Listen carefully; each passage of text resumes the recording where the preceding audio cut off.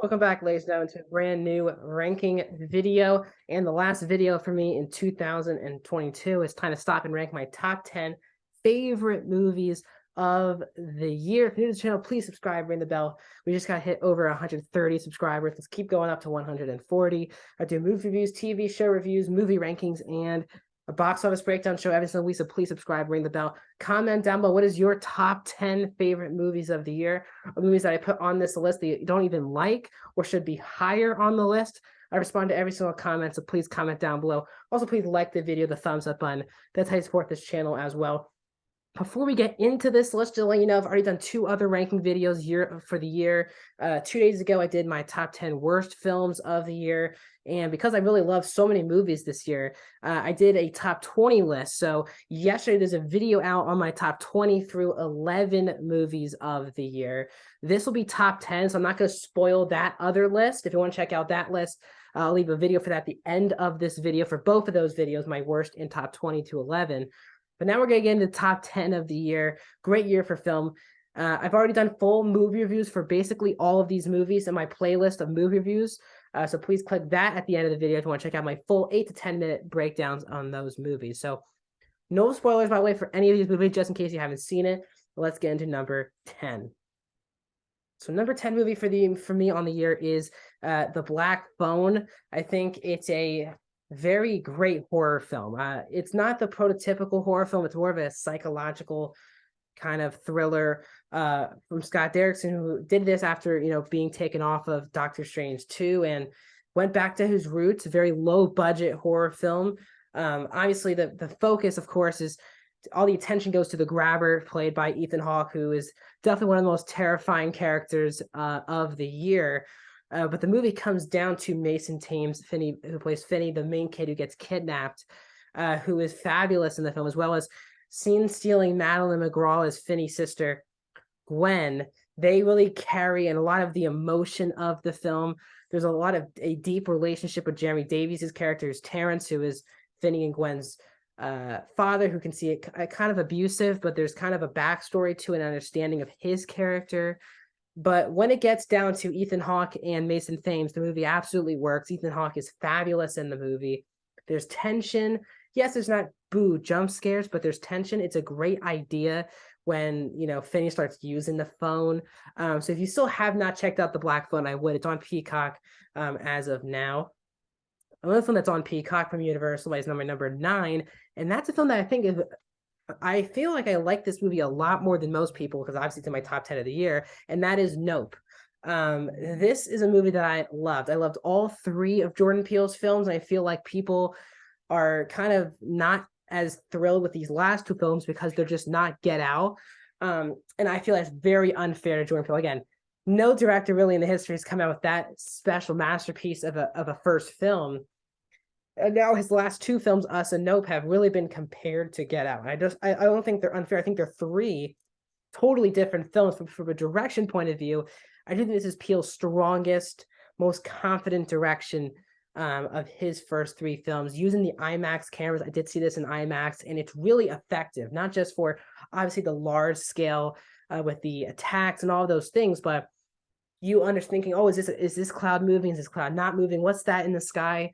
There's so much of wonder to the IMAX. I just don't believe most directors, really other than Nolan, really know how to utilize, and Peele did a great job with that. And what the core of this movie is the sibling relationship between Daniel Kaluuya's character and Keke Palmer's character. They're both fabulous. Obviously, Keke Palmer, huge standout. She's probably going to get tons of stuff now moving forward.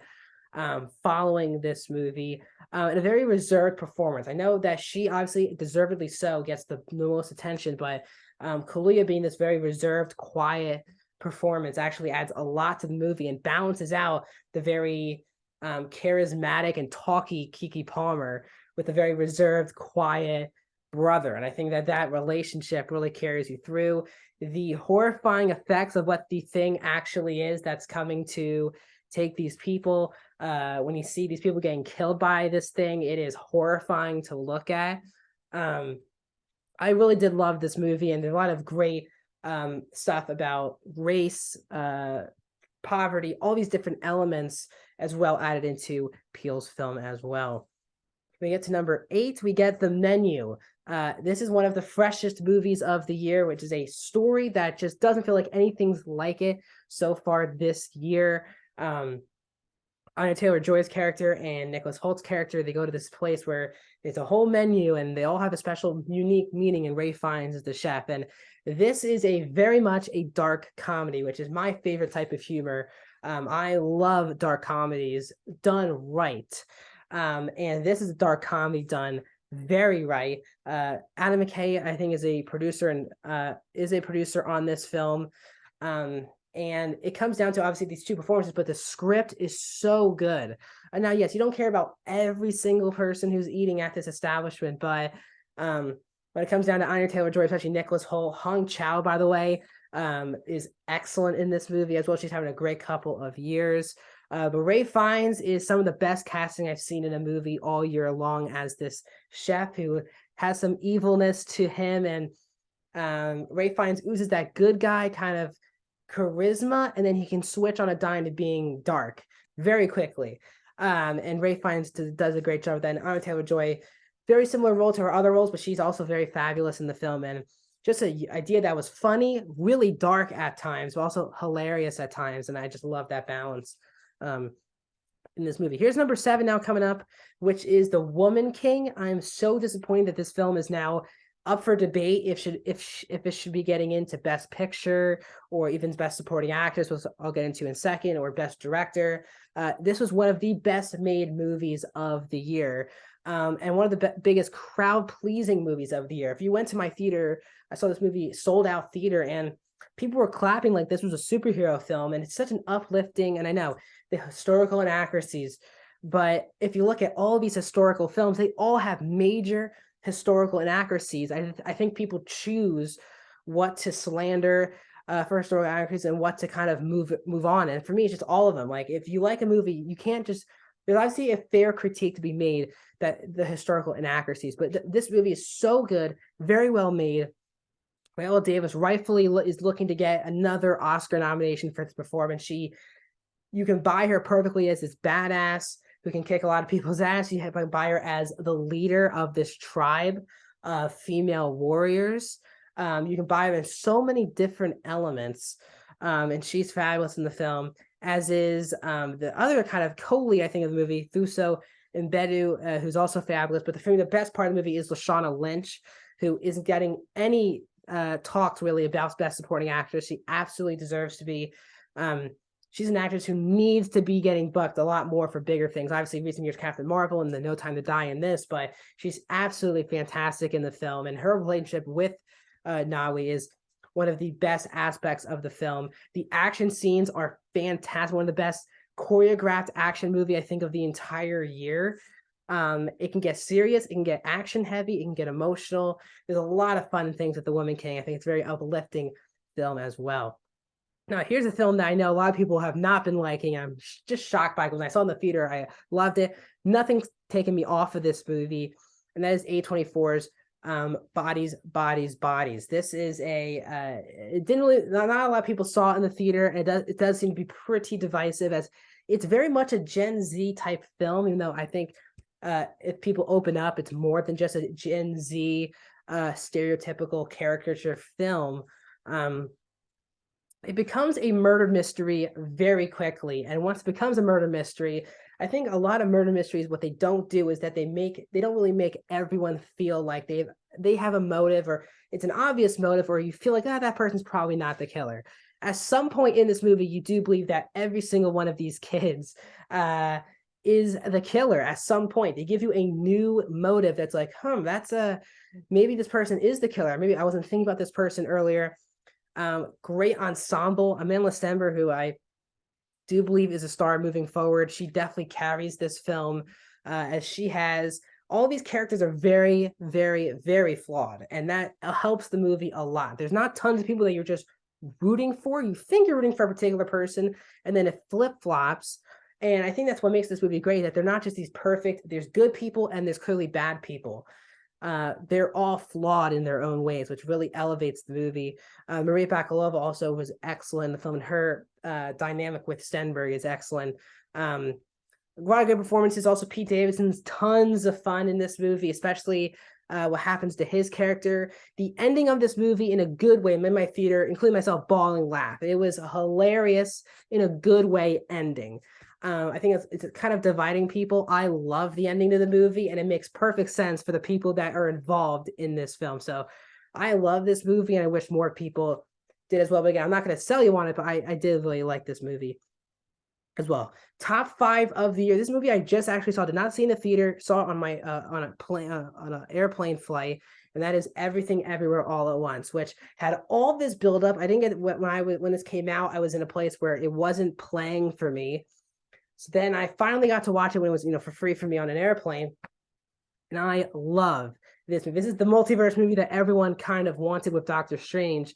But even against that, this is one of the most heartwarming films. I think this is a way, if you want to do a film about family mixturing with culture, and it's just, you can all relate to it. This is not a film for a specific demographic. I know some people are saying that this is a bit out there. It's definitely a bit out there for people, but everyone, doesn't matter race, gender, you can relate something into this movie.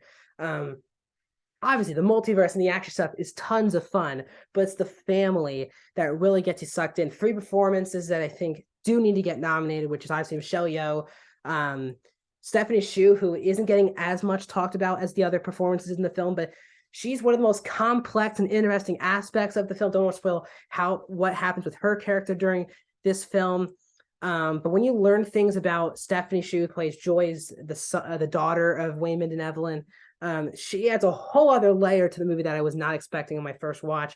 But the hero and the heart of the film is Ki-Hoo Kwan, who obviously came back from 2 decades away from movies, delivers, in my opinion, the best supporting performance of the entire year, male or female, as the heart and soul of this movie. He obviously invites you into this multiverse idea, but it's really his dynamic and his relationship with Evelyn that makes this movie. And it's a special performance. Obviously, the story itself of him coming back to the movies is great, but it's a special performance that needs to be recognized in March. Let's get into my number 4 movie of the year, and that is a animated film, which is the only animated film in this top 10 of the year. And that is Guillermo del Toro's Pinocchio. This movie really shook me. I still can't believe the achievement from Del Toro. This is not a director. I know a lot of people love Guillermo del Toro, but he hasn't been kind of my cup of tea. I didn't really love Shape of Water, Pan's Labyrinth. I respect him a lot for his vision. He's clearly passionate about all of the projects he makes. But this one really hit home for me, especially after watching the Disney version of this film and seeing that this is clearly Del Toro's version of Pinocchio, the mixture of the original books mixed in with Pinocchio with Del Toro. I'm also a sucker for stop motion animation. There's nothing more respected in movies than the people who do stop motion animation. And these films are absolutely fantastic. I know that tons of people don't see these movies, but it's special. And I do believe that this movie is absolutely special. I think it's the best animated film since Spider-Man and the Spider-Verse, which came out almost 4 years ago. And I think it's not even close how special this movie is. Obviously, it starts with Gregory Mann voicing Pinocchio, does a fabulous job. But the other one, I mean, David Bradley, what a gut punch as Geppetto. My favorite voice performance of the entire year. Ewan McGregor, Christoph Waltz, Tilda Swinton, Finn Wolfhard, Cate Blanchett, tons of just fun performances as well. But it's a very emotional movie. It's not just for kids. I think kids obviously will like the movie, but it's very much an adult, darker film about loss, about how you move on from loss, death, and expectation, I think, as well. And this movie tackles all of those really beautifully. I think everyone kind of relate to it. And they don't make Geppetto this perfect dad as well. He's stubborn. He's a bit too hard on Pinocchio, and their father-son relationship, which is really what the movie's about, is very special. The songs are good. The score from Desplat is one of the best of the year. I know it's animated, and I don't really care. It should be nominated for Best Picture. It's that good of a movie. I don't think it should matter that it's animation. Top three now of the year. Number three is The Batman. This, I did not think anything would get close to The Dark Knight, and I still think Dark Knight for me will never be touched. It's my favorite movie of all time, but for me, this is the second favorite Batman movie. I've seen this now 5 or 6 times now. I love this movie. It is too long. That kind of hurts it from being one of my favorite movie of the year. But this is The Batman we've kind of all been waiting for, a detective story. And I think we have the best Batman performance ever with Robert Pattinson, who I think a lot of people at first were kind of didn't really like the idea that this movie, he is Batman for like 80% of the movie. And it's one of the best stories. He's not just Batman to be Batman. He is like, the mask is to hide Bruce Wayne. He doesn't want to be Bruce Wayne. He doesn't see the advantages of being Bruce Wayne. He's Batman. And he's also the most flawed Batman we've had. Makes tons of mistakes, is clearly behind the Riddler's riddles throughout the entire film. It's just, I love Robert Pattinson's this character. Also, I am a very big fan of Paul Dano as the Riddler. Scene-stealing MVP of the movie, probably with Colin Farrell, who's had a ridiculously special year, but his version of the Penguin, I cannot wait moving forward. Zoe Kravitz, also great Catwoman. I think we have the best Gordon with Jeffrey Wright. His dynamic with Batman was clearly fantastic. They're both kind of detectives in this movie. My favorite Batman score ever with Michael Giacchino, which should have been nominated at least on the short list for the Oscars. Huge miss that it was not a special score. And Matt Reeves does a fantastic job making this kind of feel like a David Fincher type film. I cannot wait for this franchise to keep moving forward. I'm dying for both the Penguin show and the sequel to this movie. And we keep rewatching it. It's a very rewatchable film, even though it's a very long movie. It's my second favorite Batman film. Now, I never thought a movie could even get past Batman Begins as my second, but this one definitely did that. Number 2 for me is Top Gun Maverick. I am not the huge fan of the first film. I like the first film, but it's, again, because I didn't grow up in that time, I don't have the nostalgia for the first Top Gun. All of those things being considered, I thought this was a fantastic film, and it continues a great run for Tom Cruise as well as with the recent Mission Impossible films and now Top Gun Maverick. People are saying, well, it's a blockbuster. Should it be in all these award considerations? And yes, if it's one of the best movies of the year, it absolutely should. The filmmaking is also what's so special with Joseph Kosinski. The fact that all these people actually flew these planes, you can feel they really put you in the cockpit with all of these pilots throughout the entire film. It's just so revolutionary. You just can't believe what you're watching. And everyone wants to joke about Tom Cruise doing all the stunts and all these things, but it really pays off. If this was a CGI fest of people flying planes, I just don't think it would be as effective. The fact that the believability is so there that it already hooks you in on an emotional level. There were a couple emotional swerves that got me towards the third act of the movie that I was not expecting. And that's really because obviously Tom Cruise is fantastic, but the best addition is Miles Teller as Rooster, who is a great addition. His dynamic with Tom Cruise, actually, if you know what I'm talking about, when they land on that grassy area, was hilarious. The guilt that Maverick feels throughout the entire film, and that leads to a really great relationship between Goose and Maverick. That was also Glenn Powell was the guy who was awesome in that movie. As Hangman, it was also really nice to see Val Kilmer in a very small role. This is one of the best movies of the year, and it definitely deserves to be in all of these conversations. But for me, we're going to get to my number 1 movie of the year. It'll shock a lot of people, and that is Cha-Cha Real Smooth. This movie came out 6 months ago on Apple TV Plus. And nothing has hit me as emotionally as this movie. It really shook me. It is a fantastic, and I think the most relatable movie for me, I guess, of the year. It's on Apple TV Plus. It's definitely a rom-com, but a very much a new version of the genre. It's not as they hint at cliches and they go in very real, authentic directions. Still, for me, I know Kate Blanchett, Dakota Johnson is my favorite performance of the year in this film as Domino. A complex character, and her relationship with the person who directed, wrote, produced, and starred in this film, Cooper Raiff. They were all fantastic. Cooper Raiff did a fabulous job for this movie. I can't wait to see more of his films moving forward. Vanessa Burkhardt, who plays Domino's daughter, was awesome. Leslie Mann, I keep rewatching that scene towards the end of the movie with Leslie Mann's character, who is the mother of Cooper Raiff, and that scene gets me every time. Very much with the chills every single time I watch that scene. But it really comes down to the Andrew and Domino relationship. The idea of soulmates, everyone having soulmates, and maybe this person could be the right one, but maybe not at this time. Also being a Jewish person, seeing all these, him being basically a Jewish bar mitzvah hype guy, basically, was tons of fun as well. So this for me was definitely my favorite movie of the year. I highly recommend you guys check this one out on Apple TV Plus. So overall, those are my top 10 movies of 2022. I'm so excited for a new year here on Max Talks Movies in 2023. More reviews, TV shows, box office breakdowns, and movie rankings will be happening in the new year.